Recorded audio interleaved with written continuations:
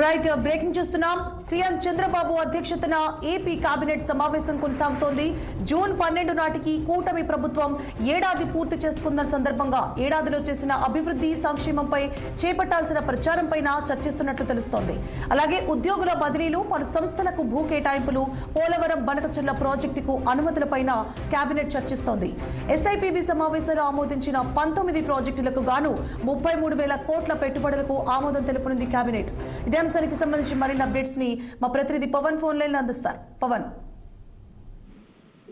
మొత్తానికి ఉదయం నుంచి జరుగుతున్నటువంటి ఏపీ కేబినెట్ సమావేశానికి సంబంధించి కూడా దాదాపుగా 24 ప్రధాన అంశాలపై కూడా సుదీర్ఘంగా చర్చ అయితే మాత్రం జరుగుతా ఉంది.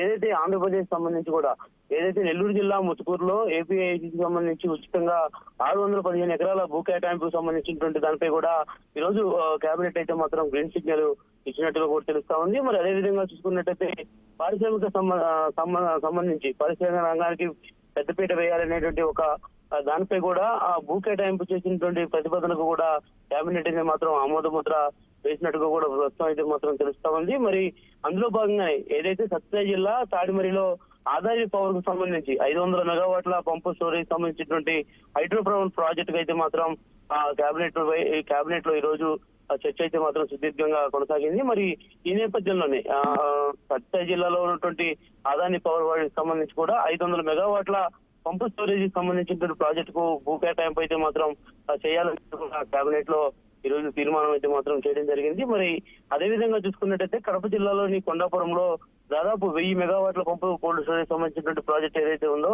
దీనికి సంబంధించినటువంటి దానికి కూడా పూర్తి స్థాయిలో భూ కేటాయింపు చేయాలని చెప్పి కూడా మంత్రివర్గం అయితే మాత్రం ఈ రోజు ఒక సమాలోచన చేసింది. అంటే ప్రధానంగా చూసుకోవచ్చు దాదాపుగా 24 అంశాలు కూడా ప్రధానమైనటువంటి అంశాలే.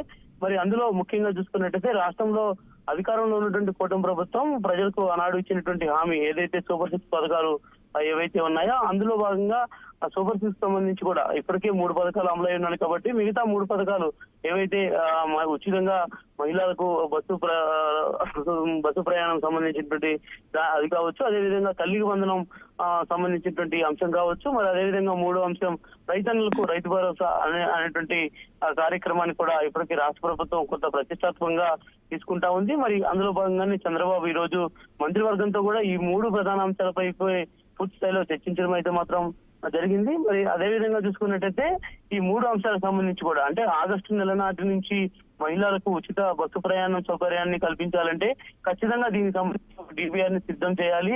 రాష్ట్ర ప్రభుత్వంపై ఎంతవరకు అదనపు భారం పడుతా ఉంది అనేటువంటి దానిపై కూడా ఇప్పటికే మంత్రివర్గంతో అయితే మాత్రం చంద్రబాబు సుదీర్ఘంగా అయితే మాత్రం చర్చించారు.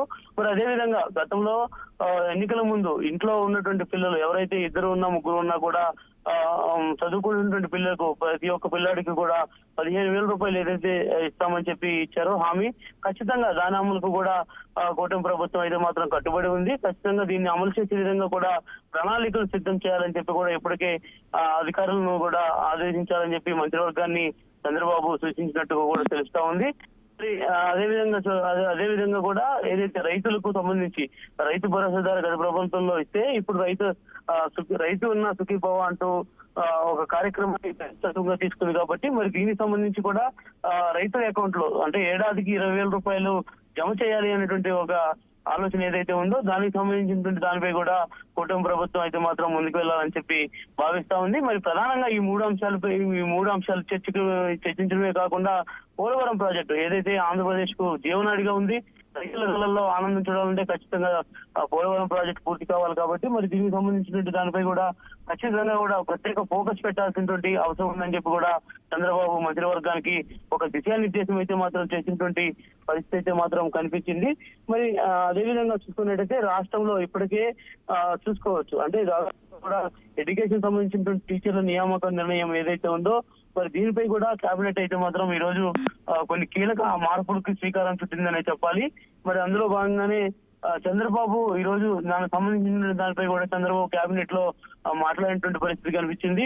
మొత్తానికి రాష్ట్రంలో సుభిక్షంగా ప్రజలందరికీ కూడా అంటే ఇప్పటి వరకు ఏడాది పాలన పూర్తి చేస్తున్నాం కాబట్టి రాబోయే 4 ఏళ్లలో కూడా ప్రజలకు ఏ విధంగా మంచి చేయాలి, ఇప్పటి వరకు ఏం చేశామనేటువంటి దానిపై కూడా సమగ్రంగా చంద్రబాబు అయితే మాత్రం మంత్రివర్గాల ద్వారా అడిగి తెలుసుకున్నటువంటి పరిస్థితి కనిపించింది. మరి అందులో భాగంగానే రానున్న 4 ఏళ్లలో కూడా ప్రజలకు ఒక సుభిక్షమైనటువంటి పరిపాలన ఆంధ్రప్రదేశ్ లో అందించాలంటే ఖచ్చితంగా మంత్రివర్గం ఎప్పటికప్పుడు ప్రజలకి అందుబాటులో ఉండాలని చెప్పి కూడా ఆయన అయితే మాత్రం సూచించారు.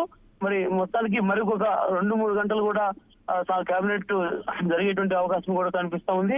ఇంకా దాదాపుగా కూడా ఇప్పటికీ 14 అంశాలని పూర్తి స్థాయిలో చర్చించారు. మరొక 10 అంశాలు కూడా ఇంకా చర్చకు రాబోతా ఉన్నాయి కాబట్టి మరొక 2-3 గంటలు సమయం పట్టేటువంటి అవకాశం అయితే ఖచ్చితంగా ఉంది. సాయంత్రం 5 గంటల వరకు కూడా కేబినెట్ మీటింగ్ జరిగినటువంటి అనంతరం పూర్తి స్థాయి అంశాలను అయితే మాత్రం మంత్రివర్గం అయితే మాత్రం మీడియాకు వెల్లడించేటువంటి అవకాశం అయితే ఖచ్చితంగా కనిపిస్తా ఉంది. Suvarna. Right, thank you for the updates Pawan.